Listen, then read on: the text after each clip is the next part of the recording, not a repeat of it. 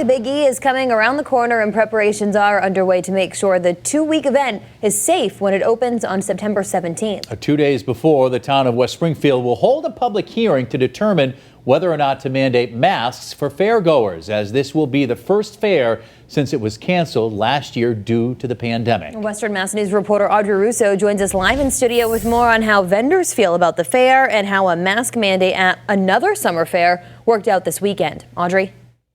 Chris, Jordan, we covered this topic on our Western Mass News Getting Answers program this weekend when Big E president and CEO Gene Cassidy was the guest. And it's quickly become one of the top viewed stories on our website.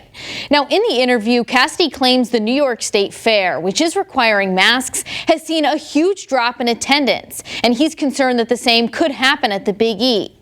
We reached out to another local fair that also had a mask mandate to see what the effect was on their numbers. To mandate masks or not at the Big E?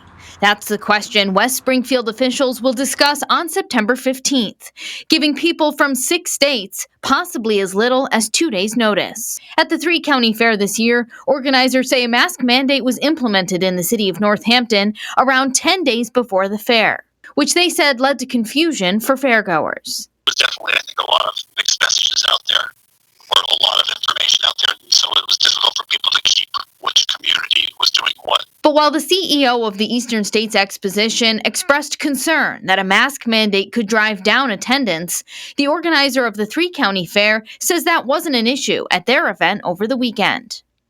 We actually had equal attendance almost to the letter number of people that we had in 2019. The Big E organizers also say there will be fewer vendors at the fair this year. Western Mass News spoke to one vendor who chose not to attend. Burnett's Polish Deli is holding their food truck back. Owner Gregory Burnett saying lack of staffing and finances played a big role. It was pretty early on in the year when they were asking to kind of get your paperwork in and money's in for the Big E. And vaccines were just rolling out, so we weren't quite sure which direction things were going, really. Burnett says while wearing a mask would be difficult in the heat, especially for those who cook, he still believes they're a good way to stop the spread of COVID-19. That's a lot of people from a lot of different places coming together in one spot.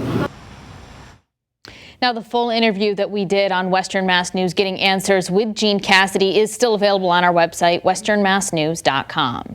In studio, Audrey Russo for Western Mass News.